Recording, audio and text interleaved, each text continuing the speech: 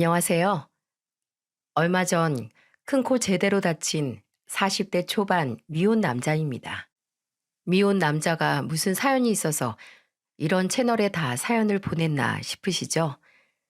제가 이 사연을 쓰게 된 건 저와 같은 피해자가 더 이상은 생기지 않았으면 하는 마음에서 쓰게 됐습니다.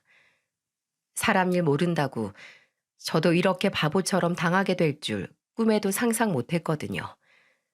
저는 학창 시절에 공부도 잘했고 치과 대학에 진학해서 현재까지도 치과 의사로 일할 만큼 능력적으로 부족함이 없었습니다. 주변에서도 늘 영리하다는 말을 듣고 자란 사람이 바로 저였어요. 그래서 시골에서 농사를 짓고 계시는 부모님은 의사 아들 자랑에 늘 밥 안 먹어도 배가 부르다며 싱글벙글이셨죠. 요즘 TV를 보면 완벽한 스펙을 가진 사람들을 보고 사기 캐릭터 같다는 말들을 하잖아요. 근데 정말 예비 아내가 전부 사기일 줄 누가 알기나 했겠습니까? 10개월 연애 끝에 결혼 문턱까지 갔다가 골로 갈 뻔한 인생 구사일생으로 살아 돌아온 사연을 지금부터 여러분께 한번 풀어보려고 합니다. 제가 연애 경험이 없던 것도 아니고 나이에 맞는 연애도 해봤지만 결혼까지 이어지는 인연이 없었어요. 게다가 저는 치과 일도 적성에 맞았고 취미 생활도 하며 인생을 즐기고 있었습니다. 그러다 제가 마흔이 되도록 결혼 생각도 없이 일만 하니까 시골에 계시는 어머니가 걱정스러운 목소리로 종종 전화를 하셨어요. 너는 만나는 여자도 없어? 나이가 몇인데 장가도 안 가고 여직 일만 하고 있어. 지금이야 젊으니까 괜찮지만 더 나이 들면 보기 흉해. 뭘 또 보기가 흉해요. 집신도 다 짝이 있다고 언젠간 결혼하겠죠. 집신이 짝이 있으면 뭐해. 나머지 한 짝이 어디 있는지 찾아 나서지도 않는 걸. 너 이제 마흔이야. 당장 장가 가서 애 낳아도 걔가 대학 갈 나이 되면 너 금방 환갑이다. 요즘에는 나이 든 부모 애들도 싫어해. 오늘 시내 나가서 보니까 결혼정보회사 가면 너처럼 인물 훤한 여자들이 많다는데 너도 그것 좀 알아봐. 진짜 이 애미 소원이다, 소원. 시골에서 농사만 짓는 부모님은 홍기 꽉 찬 아들이 장가갈 생각이 없어 보이자 결혼정보회사를 가보라면서 권유하셨어요. 그 무렵 어머니가 하도 장가 언제 갈 거냐면서 보채는 통에 저는 잔소리를 피해 결혼정보회사에 회원 등록을 하게 됐습니다.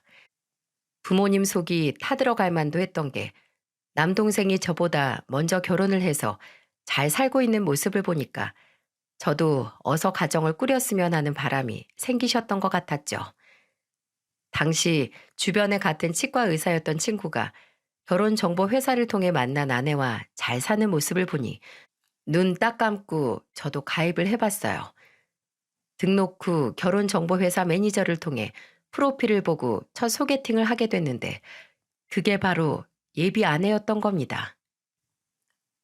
예비 아내는 유명 대기업에 다니고 있었고 연봉이 1억이나 됐어요.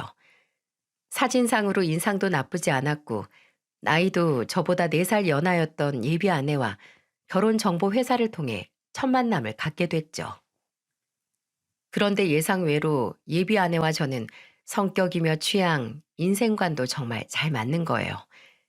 제가 연인을 만날 때 가장 중요하게 생각하는 게 대화가 잘 통하냐인데 예비 아내와는 몇 시간을 떠들어도 시간 가는 줄 모르고 떠들었죠.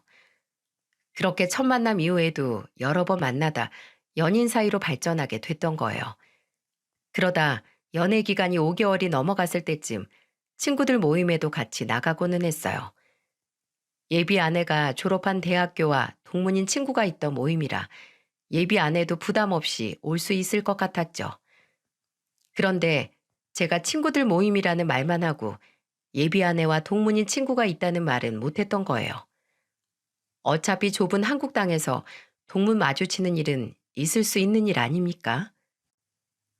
근데 예비 아내는 제 친구가 본인과 같은 대학교를 나왔다고 소개하니까 크게 당황하는 거예요.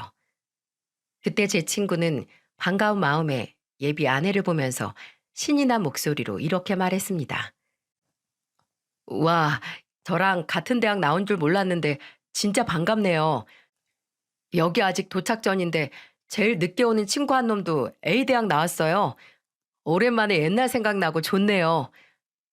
근데 전 학교 캠퍼스 생활을 즐기지 못해서요. 에이, 그래도 학교 앞에 있던 분식집은 가셨을 거 아니에요. 거기 가면 여대생들 많아서 저도 친구랑 엄청 갔어요. 한창 그럴 나이잖아요. 거기요? 네, 저도 분식 좋아해서 가긴 갔었죠. 역시 그때 학교 분식집이 예쁜 여대생만 갔던 게 맞았나 봐요. 지금 너무 예쁘세요. 친구는 신이 난 듯 예비 아내를 보면서 옛날 대학교 이야기를 했고 예비 아내는 적당히 답을 하고 있었어요. 그런데 어딘가 표정이 불편해 보이더니 화장실을 간다면서 급히 자리에서 일어나 버렸어요. 그리고 잠시 후 늦게 도착한 친구가 급히 들어왔고 아까부터 예비 아내와 같은 대학교를 졸업했다는 사실로 신나게 떠들던 친구 한 놈이 지각한 그 친구를 보면서 떠들기 시작했습니다. 야, 영철이 여자친구분 우리랑 같은 대학교 나왔대. 그 학교 앞에 분식집도 기억하시더라. 분식집? 학교 앞에 그런 게 어딨어? 뭔 소리야. 우리 학교 앞에서 같이 자주 먹었잖아. 아야, 그건 임마 우리 둘이 살다 하숙집 앞에 있던 거잖아. 이놈 기억력이 맛이 갔네. 파란색 간판이었던 분식집. 아, 맞다, 맞아. 그거 하숙집 앞이었지. 어? 근데 영철이 여자친구분 학교 앞에서 자기도 갔다고 하던데? 그 순간 분위기는 싸해졌고 친구들은 일순간 조용해지고 서로 눈치만 봤어요. 저는 오래전에 졸업해서 착각한 거 아닌가 싶었죠. 그때 화장실에 다녀온 예비 아내가 들어왔고 예비 아내는 싸해진 분위기를 뚫고 자리에 앉았는데 친구는 분위기를 풀어보려 예비 아내를 보며 장난스럽게 말했습니다. 제가 뭘 착각했나 봐요. 우리 학교 앞에 분식집 없었는데 재수 씨도 착각한 거죠? 네? 있었는데 아니었나? 근데 제가 워낙 공부만 해서 뭐가 있었나 잘 모르겠네요. 아, 공부만 하셨으면 모를 수도 있죠. 저도 뭐 워낙 오래전 일이라 가물가물해요. 그럼 그 학교 다닐 때 같은 과에 있던 김영숙이라고 알아요? 아니요. 모르겠어요. 근데 저 대학교 얘기 불편한데 그만하시죠. 잘 기억도 안 나고 제가 대학교 때 기억이 별로 안 좋아서요. 예비 아내는 당황한 얼굴로 착각을 한 것 같다며 얼버무렸어요. 친구는 화제를 돌려보려고 예비 아내와 같은 과에 있던 지인 이야기를 하려 했는데 갑자기 정색을 하면서 그만하라고 하는 겁니다. 혹시 아는 사람 있냐고 묻는 질문이 정색까지 할 일인가요? 그 자리에 있던 친구들 표정이 갑자기 정색을 하는 예비 아내를 보고 다들 당황한 표정이었어요. 그래서 저는 분위기가 이상해지자 옛날 얘기 너무 오래 하지 말자고 화제를 돌렸죠. 하지만 저는 친구들이 웃자고 한 말에 정색을 하고 말하는 예비 아내를 이해할 수 없었습니다. 그래서 모임이 끝나고 집으로 가는 길에 예비 아내를 보며 말했어요. 아까 내 친구한테 그렇게 정색까지 하면서 말할 일이야? 옛날 얘기를 자꾸 꺼내니까 그렇지. 뭘 기억나는 게 없는데 뭐라고 말해? 그냥 대충 말하고 말을 돌리면 될 거 아니야. 너랑 같은 학교 나온 동기가 지인이라는데 왜 모른 척해? 그 학교에서 공부했으면 알 수도 있는 사이잖아. 나이 들어서 학벌 따지는 거 우습고 유치해서 그래. 뭐 대학교 졸업장이 대수야? 그리고 오늘 모임에 같은 학교 졸업생 있다고 왜 말 안 해? 내가 얼마나 당황했는 줄 알아? 뭘 당황까지 해? 대한민국에서 학연, 혈연, 지연 빼면 뭐가 남는다고. 안 나온 학교를 나왔다고 한 것도 아니고 왜 그렇게 정색을 해? 누가 안 나왔다는 거야? 나 그 학교 졸업생 맞아. 나 그만 얘기할래. 분명 결혼정보회사 통해서 만났을 때 학교 졸업장도 다 봤는데 왜 그렇게 펄쩍 뛰면서 정색을 하나 싶었죠. 그렇다고 어디서 말하기 창피한 수준의 학교도 아니고 나름 서울에 있는 번듯한 대학교를 나왔는데 왜 저렇게 싫어할까 의구심이 들었습니다. 그러던 중 정말 미심쩍은 일이 생겼어요. 사실 대학교 얘기야 워낙 과거 일이고 충분히 착각할 수 있는 일이지만 다니고 있는 회사에 대해 잘 모르는 건 문제가 있는 거 아닙니까? 한 번은 제가 오랜만에 오후 진료를 일찍 끝나던 날 퇴근하는 예비 아내를 데리러 간 적이 있어요. 평소 예비 아내가 종종 제가 일하는 병원에 왔었기 때문에 이번에는 제가 퇴근길에 데리러 가봐야겠다 다짐을 했죠. 그런데 제가 깜짝 놀래켜 주려고 미리 말도 안 하고 회사 앞에서 기다리고 있다는 문자를 남기자 바로 전화가 걸려왔습니다. 반가운 마음에 전화를 받자 예비 아내는 버럭 화를 내며 말하는 거예요. 왜 말도 없이 와? 나 오늘 일 많아서 야근해야 될 수도 있어. 그러니까 그냥 가. 얼마나 걸리는데? 그럼 근처 서점에서 내가 책이라도 보고 있을게. 한 서너 시간이면 나오지? 무슨 소리야. 오빤 내가 하는 일이 그렇게 쉬워 보여? 안 그래도 바빠 죽겠는데 왜 회사 앞에서 죽치고 있겠다는 거야? 나 오늘 밤새도록 일해야 되니까 그냥 가. 그리고는 일방적으로 전화를 뚝 끊어버리는 예비 아내의 전화에 저는 크게 당황했습니다. 제가 못 올 곳을 온 것도 아닌데 이렇게 펄쩍 뛰면서 화를 낼 일인가요? 저는 답답한 마음에 다시 전화를 걸었는데 글쎄 전화를 거절하고 아예 안 받는 거예요. 그래서 저는 답답한 마음에 아내와 같은 회사를 다니고 있는 지인에게 물었습니다.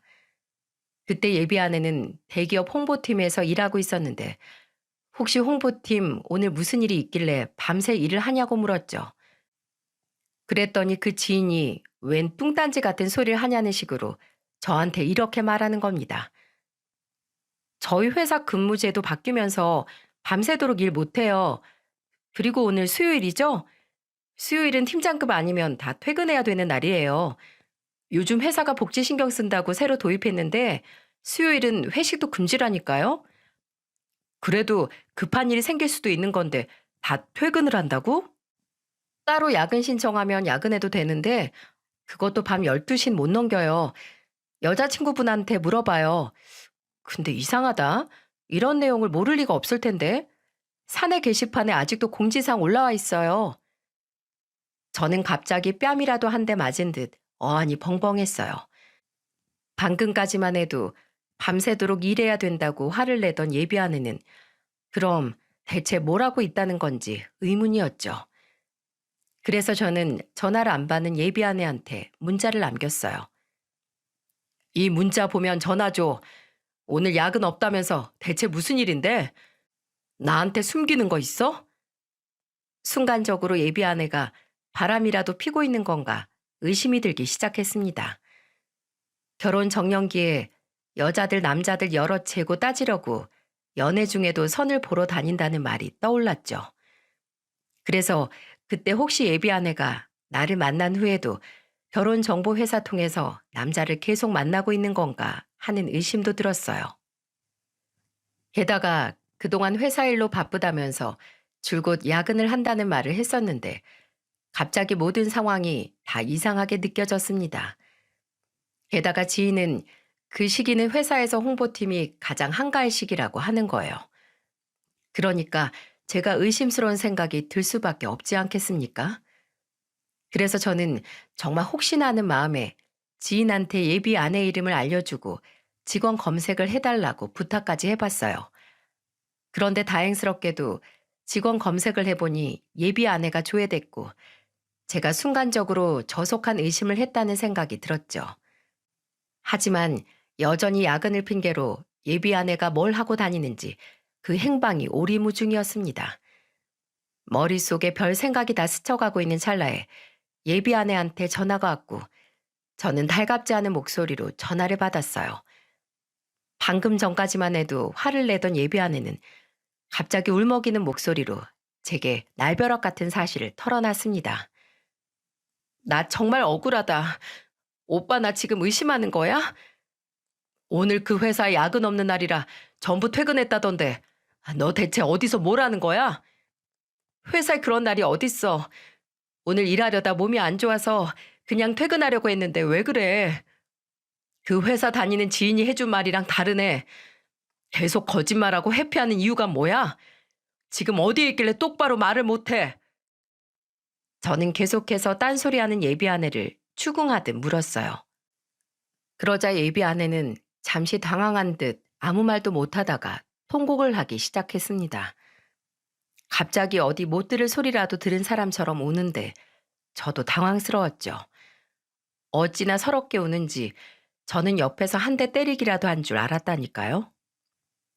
그렇게 한참을 울던 예비 아내는 제게 충격적인 말을 털어놨습니다. 오빠, 나 사실 임신했어. 이 사실을 어떻게 전해야 될지 몰라서 혼자 병원으로 검진받으러 다니면서 고민 많았어. 뭐? 그걸 왜 이제 말해? 어떻게 그런 일을 숨기고 있어? 매번 나한테 뭐라고 했는지 기억 안 나? 1년은 만나야 결혼할 사람인지 아는 거 아니냐고 늘 입버릇처럼 말했잖아. 사람은 사계절을 다 겪어봐야 알 수 있다며. 우리 만난 지 10개월이야. 거의 1년이나 다름없는 기간인데 혼자 숨기고 병원에 다니고 있으면 어떡해? 아빠 없는 애 만들려고 그랬어? 저는 너무 당황스러워서 언성을 높이며 말하자 예비 아내는 서럽게 울었어요. 그때 예비 아내에게 위치를 묻고 바로 차를 몰아 예비 아내가 있는 곳으로 갔습니다. 혼자 집에 있던 예비 아내를 데리고 나와 같이 외식도 하고 그동안 서로 쌓여있던 해묵은 감정을 대화로 풀었어요. 그리고 서로 오해가 풀릴 때쯤 예비 아내는 가방에서 초음파 사진을 보여주며 진지한 목소리로 말했습니다. 나 6살 때 친아빠 사고로 일찍 돌아가셔서 엄마랑 둘이 살았던 거 알지? 태어날 아이한테는 온전한 가정 주고 싶어. 나도 아이한테 부끄럽지 않은 엄마 될 테니까 오빠도 같이 노력해줘. 앞으로는 숨기지 말고 전부 다 말해줘. 하나 숨기기 시작하면 2개, 3개 숨기는 거 늘어나는 거 금방이야. 이번 일만 해도 그렇잖아. 솔직히 말하고 풀었으면 이렇게 될 일도 아니었어. 우리 치과 선생님이 진료보는데 괜한 걱정거리 만들어줄까 봐 그랬습니다. 앞으로는 내가 그날 먹은 반찬까지도 전부 다 말해줄게. 그렇게 예비 아내와 쌓였던 오해를 풀었고 얼마 뒤 예비 아내에게 프로포즈까지 했습니다. 저도 예비 아내도 서로 나이가 꽤 있는 상태에 갑자기 생긴 아이를 포기할 만큼 경제적으로 어렵지도 않았어요. 충분히 아이를 낳아 잘 기를 수 있는 상황이었기에 결혼을 준비하게 됐던 겁니다. 저는 우선 예비 장모를 만나서 자초지종을 설명하는 게 맞다고 생각했어요. 그래서 예비 아내에게 먼저 인사를 가자고 말했습니다. 그런데 예비 아내는 제 말을 예상하지 못했던 듯이 당황한 얼굴로 약속 잡기를 미루고 있었어요. 결혼할 여자 집에 먼저 인사 가는 게 무리한 일인가요? 남자로서 당당하게 인사드리고 앞으로 어떻게 살지 미래 계획에 대해 말씀드리는 게 맞다고 생각했는데 예비 아내가 인사드리러 가는 날짜 잡기를 차일피일 미루는 모습에 답답하기만 했습니다. 언제 같이 인사드리러 가냐 물어도 예비 장모가 일로 바쁘다면서 미루는 거예요. 그러던 어느 날 예비 아내는 저한테 신이 난 목소리로 드디어 예비 장모가 시간이 났다며 말하는 겁니다. 근데 참 말이 아다르고 어다르다고 예비 아내의 말이 어딘가 이상했어요. 그때 예비 아내는 저한테 분명히 이렇게 말을 했었답니다. 우리 엄마 내일은 시간이 된대. 일이 꽉 차 있어서 언제 볼 수 있나 나도 걱정했는데 정말 다행이다. 그냥 회사 다니신다고 하지 않았어? 그럼 주말에라도 시간이 있으실 텐데 왜 그렇게 바쁘신 거야? 어? 그게 우리 엄마가 투잡을 하고 있어. 나 시집 갈 때 돈 보태주고 싶다고 내가 말려도 굳이 그렇게 회사 다니면서 아르바이트까지 하시네. 아빠 없이 자란 애라고 미움 안 받게 한다고 시집 갈 때 부족하게 보내고 싶지 않으신가 봐. 예비 장모가 회사를 다니고 있다고 들었는데 마치 정기적인 일이 아니라 스케줄을 잡고 일하는 사람을 말하듯이 일이 꽉 차 있대라는 말이 어딘가 이상하게 들렸습니다. 그래서 제가 미심쩍은 듯 묻자 예비 아내는 결혼 자금을 보태주려고 예비 장모가 아르바이트를 추가적으로 하고 있다고 말하는 거예요. 그 말을 듣고 나니까 제가 괜히 말투에 꽂혀서 엄한 생각을 했구나 했죠. 하지만 예비 장모를 만나 결혼 준비에 대해 얘기하려던 저는 괜한 소리만 하다 오게 됐어요. 지금도 예비 장모를 처음 보던 날을 떠올려 보면 이 두 사람이 진짜 모녀가 맞나 라는 생각이 들 정도였다니까요. 무슨 예비 장모를 만나 진지한 대화를 하는 게 아니라 청문회를 하는 듯한 자리였어요. 겨우 약속을 잡고 만나게 된 날, 저는 예비 아내와 먼저 식당에 도착해 있었습니다. 잠시 뒤 조심스레 인사를 하고 다가오는 분을 보고 깜짝 놀랐어요. 왜냐면 아내와 예비 장모가 닮은 구석이 하나도 없는 겁니다. 심지어는 예비 아내는 눈이 크고 동그란 편의 쌍꺼풀이 있었는데 예비 장모는 눈도 짝눈에 무쌍이었어요. 게다가 두 사람 코 모양, 얼굴형 어디 하나 비슷한 구석이라고는 눈을 씻고 봐도 찾아볼 수가 없었죠. 저도 모르게 누구세요? 라고 물어볼 뻔했는데 예비 장모가 먼저 인사를 하고 다가와서 이 사람이 예비 장모구나 할 정도였습니다. 제가 놀란 걸 눈치챘는지 예비 장모는 저를 보며 웃으면서 말했어요. 우리 딸이랑 내가 너무 안 닮아서 놀랐죠? 나도 내 배 아파 낳은 딸인데 어쩜 그렇게 자기 아빠 얼굴만 쏙 닮았는지 모르겠어요. 남편 먼저 떠나고 사람들이 딸 얼굴 보면서 얼핏 보면 죽은 남편 살아 돌아온 줄 알겠다고 할 정도였다니까요. 아, 그러셨어요? 첫째 딸은 아빠 닮는다는 말이 진짜였나 보네요. 저는 예비 장모의 말에 허허 웃으며 대답했습니다. 돌아가신 예비 아내의 친부를 사진으로도 본 적이 없으니 정말로 예비 아내가 엄마보다는 아버지 얼굴을 더 닮았구나 하고 넘겼어요. 처음 본 사이인데도 예비 장모는 성격도 좋고 호탕해 보였죠. 그렇게 한참 가벼운 대화를 나누다 음식을 주문하고 대화를 나누는데 과거 예비 아내의 어린 시절 이야기가 나왔습니다. 예비 장모는 예비 아내가 어린 시절에 다른 애들이랑 서 있어도 한눈에 알아볼 만큼 예뻤고 워낙 애교가 많아서인지 먼저 간 남편이 딸을 끔찍하게 아꼈다고 했어요. 그러면서 예비 장모가 대뜸 석연치 않은 말을 하는데 예비 아내가 했던 말과 다르게 엉뚱한 소리를 늘어놓는 겁니다. 예비 장모는 그때 갑자기 옛 추억을 감상하듯 차분한 목소리로 말했어요. 미경이 초등학교 입학식 때 애 아빠랑 같이 갔었는데 그 어린애가 눈에서 지 아빠만 사라지면 울고불고 난리가 나는데 난 정말 쟤 달래느라 애 먹었지 뭐야. 네? 초등학교 입학식 때요? 6살 때 사고로 갑자기 돌아가셨다고 들었는데 초등학교 입학식을 어떻게 가신 거예요? 저는 갑자기 엉뚱한 말을 하는 예비 장모의 말이 이상해 얼른 반박했습니다. 분명 예비 아내 말로는 6살 때 사고로 아빠가 갑자기 돌아가셨다고 들었는데 초등학교 입학식에 돌아가신 아빠가 어떻게 올 수 있겠습니까? 그리고 가족이 죽은 시기를 잘못 기억한다는 게 너무 이상했어요. 다른 사람도 아니고 집안의 가장이고 아빠인데 돌아가신 해를 모른다는 게 이해가 가시나요? 대체 누가 잘못 알고 있는 건지 의아함이 들었는데 예비 장모가 말을 얼버무리며 당황한 목소리로 말했습니다. 아, 아휴, 내가 그때 만나던 남자친구가 갔었나? 그랬던 것 같아. 애 아빠 죽고 힘들어할 때 옆에 있어준 사람인데 그 사람의 애들을 좋아해서 워낙 우리 미경이를 아껴줬거든. 그랬더니 미경이도 아빠 정이 그리웠는지 친아빠처럼 잘 따랐어.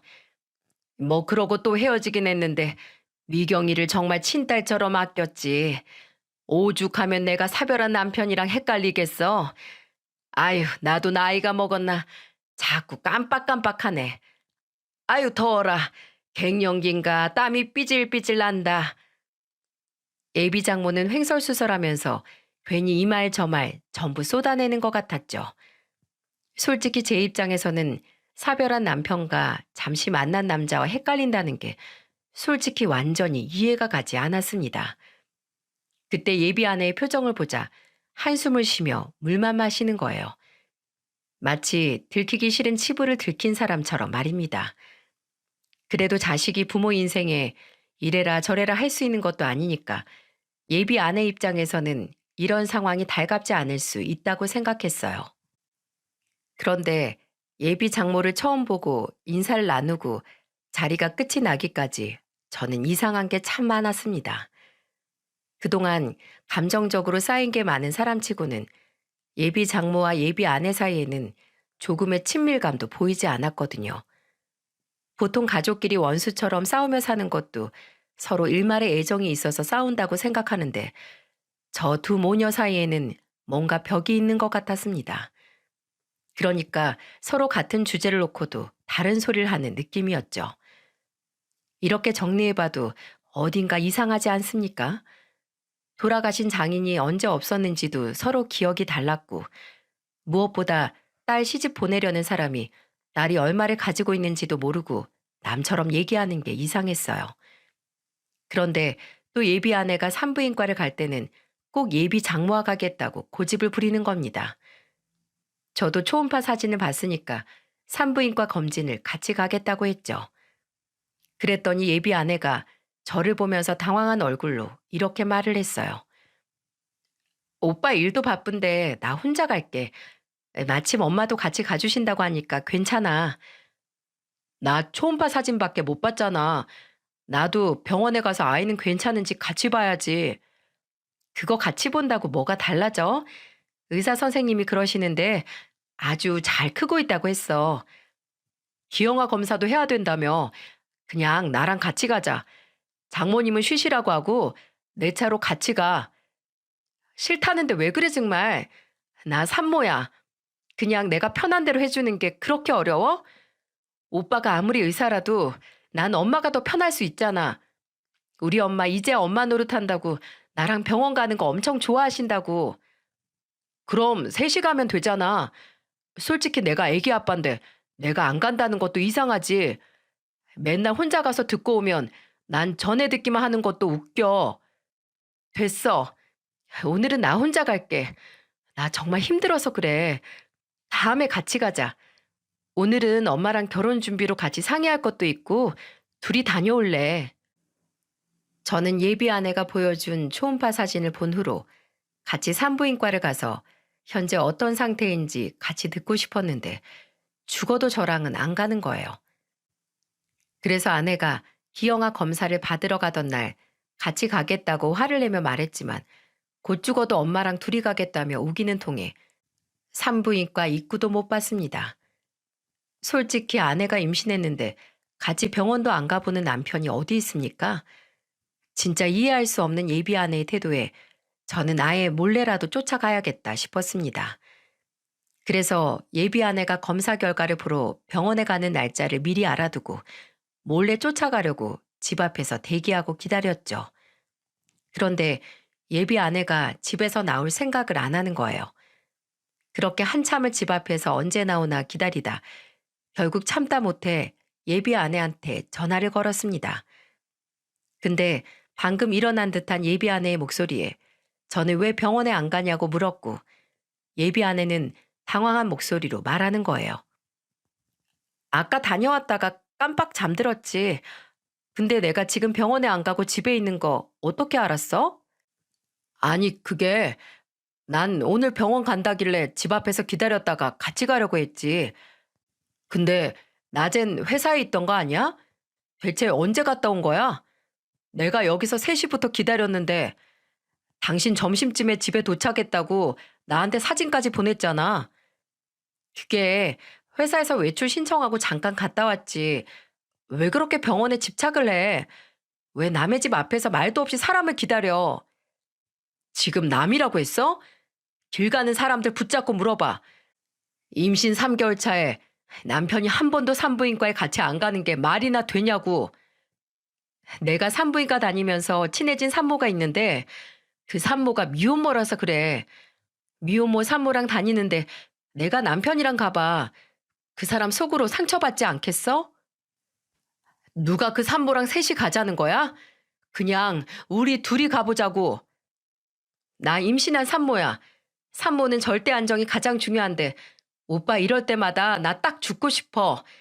그러니까 제발 이상한 데 집착 좀 그만해. 예비 아내는 버럭 화를 내며 전화를 끊었고 저는 기가 막혔어요.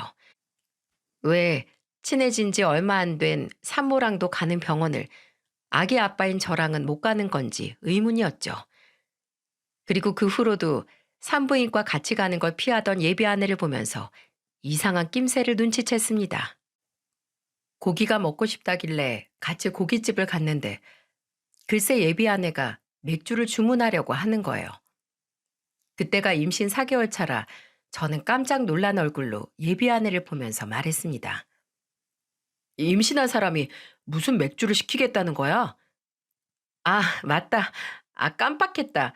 오랜만에 고기를 먹어서 그런가 술부터 시킬 뻔했네. 무슨 여자가 임신한 걸 깜빡해? 그럴 수도 있지. 내가 워낙 입덧도 없고 속도 편하니까. 나 임신 체질인가 몸이 아주 가벼워.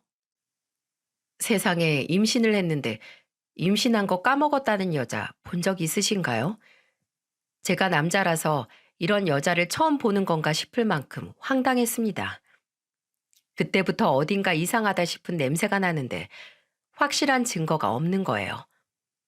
결국 저는 물증을 찾지 못해 상견례 날짜까지 잡게 됐답니다. 시골에서 버스를 타고 올라오시기로 한 부모님께 약도를 드리고 먼저 예비 아내와 예비 장모와 셋이서 미리 예약해둔 룸으로 된 한정식 가게에서 기다리고 있었죠. 하지만 제가 아무리 약도를 간단히 보내드렸다 해도 시골에 사시던 부모님이 서울길을 헤맬 수밖에 없었습니다. 아버지는 몇 번씩 전화해서 길을 물으셨고 저는 결국 예비 장모와 대화를 하다 잠시 나갔다 온다며 양해를 구하고 밖으로 나갔죠. 밖에 나와서 아버지께 전화를 걸려고 보니까 전화기가 없는 겁니다. 그래서 저는 다시 식당으로 허겁지겁 들어갔는데 살짝 열린 문틈으로 예비 아내와 예비 장모의 충격적인 대화가 들렸어요. 열린 문틈으로 연신 식은땀을 닦는 예비 장모는 예비 아내를 보며 말했습니다.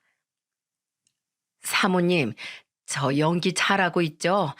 아우, 심장 떨려 죽겠어요. 지금처럼 묻는 말에 대답만 하세요.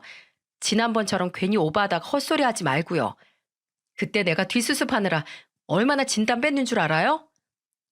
난 그냥 진짜 엄마처럼 잘하고 싶었던 건데 미리 외우고 간 게 머리에서 꼬이는 바람에 아유 이런 대역 아르바이트는 사모님이 처음이라 서툴렀어요. 진짜 엄마가 아닌데 아무리 외운다고 그게 자연스럽겠어요? 제발 속물처럼 안 보이게 그 입 좀 다물어요. 나 의사 남편 얻으려고 개고생하는데 꼭 그렇게 죄를 뿌려야겠어요? 저런 남자들이 얼마나 여우인 줄 알아요? 제발 시부모님 오시면 인상 좋은 아줌마처럼 잘 웃기나 해요. 오늘도 실수하면 나 진짜 돈 안 줄 거니까 명심해요. 예비 아내는 짜증 섞인 말투로 예비 장모를 보며 소리쳤습니다. 저는 그때 제 귀로 듣고도 이게 무슨 상황이지 싶었죠. 이게 지금 엄마와 딸의 대화로 들리시나요? 아무리 들어도 둘이 작당 모의라도 하는 것처럼 들렸고 저는 한동안 풀리지 않던 문제에 답을 찾은 기분이었습니다. 이제야 저 둘이 왜 같은 문제를 두고 딴소리를 했나 감이 잡히기 시작한 거예요. 저는 그 순간 어떤 사정이 있더라도 아무렇지 않게 거짓말을 일삼는 예비 아내를 보며 화가 났습니다. 게다가 저 하나로도 모자라 상견례 날짜까지 잡으며 저희 부모님까지 속이려고 한 게 너무 분하고 화가 났어요. 저는 한정식 룸 문이 부서져라 열고는 방안을 보며 소리쳤습니다. 넌 뭐야? 뭐 하는 년이길래 이딴 되도 않은 작당 모의를 해? 대여가 해봐? 대체 무슨 짓을 꾸미고 있는 거야?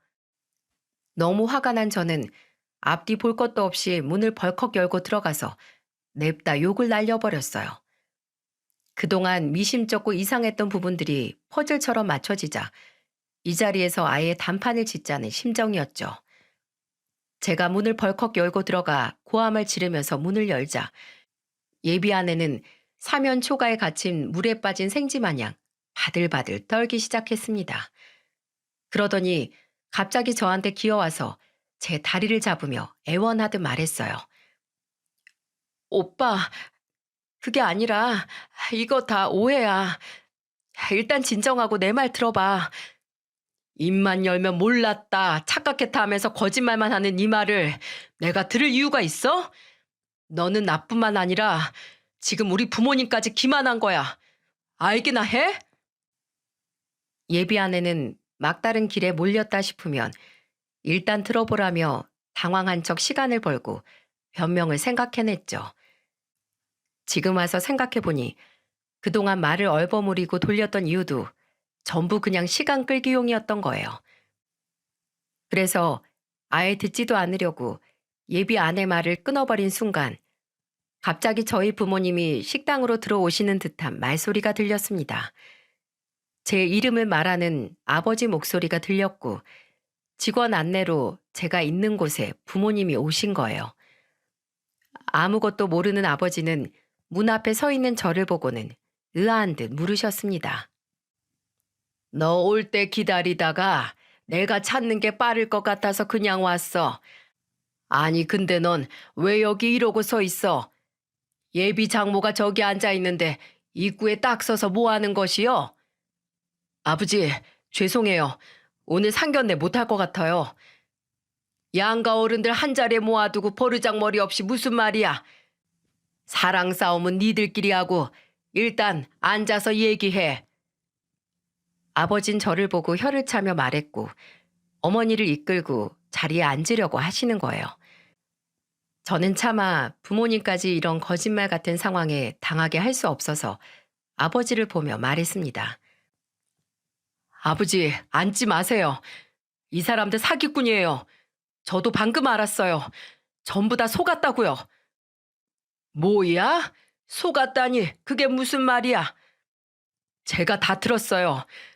저 아줌마는 대역 알바 중인 거고 저 아줌마를 고용한 사람이 이 여자라고요.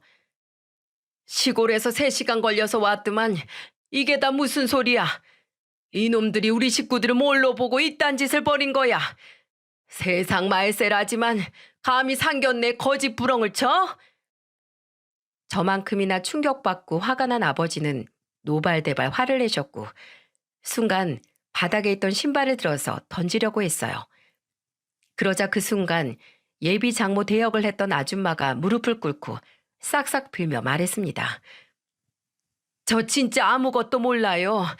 그냥 하루 일당 20만 원 준다길래 돈이 급해서 온 거예요. 정말이에요. 이 여자가 무슨 의도로 그런 건지 저 정말 몰라요. 그 말을 듣는데 어처구니가 없더라고요. 세상에 거짓말 짜고 같이 칠 땐 언제고 이제 와서 몰랐다니 말이 됩니까? 저는 아줌마를 보면서 화를 내며 말했습니다. 그 입 다물어요. 내가 지금 부모님 앞에 있어서 참는 거지. 나 이렇게 넘어갈 사람 아니니까 딱 기다려요. 저는 우선 놀랐을 부모님을 진정시키고 사실관계 확인 후 연락드리겠다며 집으로 가서 계시라고 했어요. 택시를 잡아서 우선 서울에 있는 제 집으로 모셔드렸죠. 그리고는 다시 식당으로 와서 죄인처럼 앉아있는 사기꾼 2사람을 보는데 진짜 황당했습니다.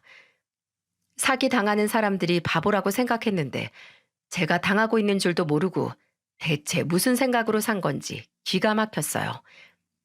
제가 들어오는 소리를 듣고 예비 아내가 무릎을 꿇고는 제 다리를 붙들고 다시 한번 말했습니다. 오빠, 일단 진정하고 나랑 얘기 좀 해. 그런 거 아니야.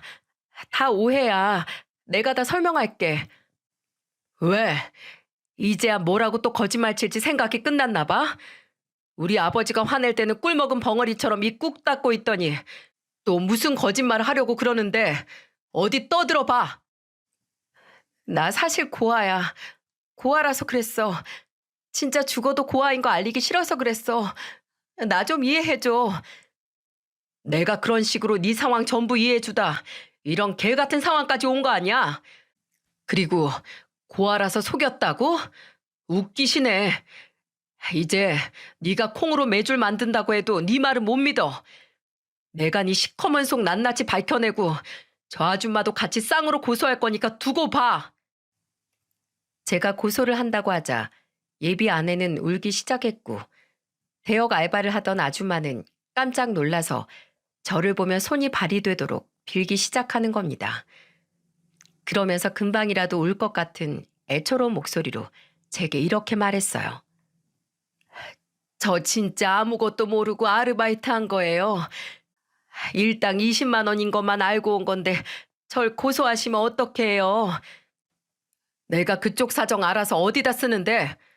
막말로 아줌마는 돈 받으면 끝인데 난 아줌마 때문에 인생이 골로 갈 뻔했다고. 근데 아무것도 몰랐다는 소리가 함부로 나와? 진짜 잘못했어요. 죄송해요. 다신 이런 일 안 할게요. 제가 진짜 오늘을 계기로 절대 안 할 테니까 한 번만 제발 봐주세요. 남편 귀에 들어가면 저 죽어요, 정말.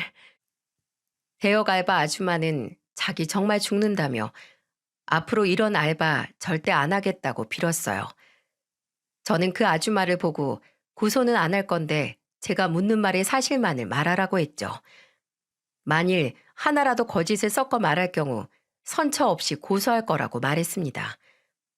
그러자 제 말에 아줌마는 고맙다며 제가 전화번호를 남기고 떠났어요. 그리고 홀로 남은 예비 아내를 보며 저는 어금니를 꽉 깨물고 말했습니다. 내가 마음 같아서는 네 뺨이라도 한 대 날리고 싶은데 겨우 참는 거야. 나는 대체 네가 뭐 하는 년인지 다 밝혀내서 너 진짜 제대로 개망신 당하게 해줄 테니까 각오해. 저는 무릎 꿇고 울기만 하는 예비 아내를 보고 가만 안 두겠다며 소리치고 나왔어요. 저는 곧장 나오자마자 예비 아내라고 철석같이 믿었던 사기꾼년에 대해 뒷조사를 시작했습니다. 인터넷에 검색 후 흥신소를 찾아서 뒷조사도 부탁했죠. 그리고 며칠 뒤 저는 믿기 힘든 사실을 알게 됐어요. 설마 했는데 예비 아내는 껍데기만 진짜 본인이고 알맹이는 전부 다른 사람이었던 겁니다. 그야말로 눈, 코, 입 빼고는 전부 다른 사람의 인생을 훔쳐왔던 거예요.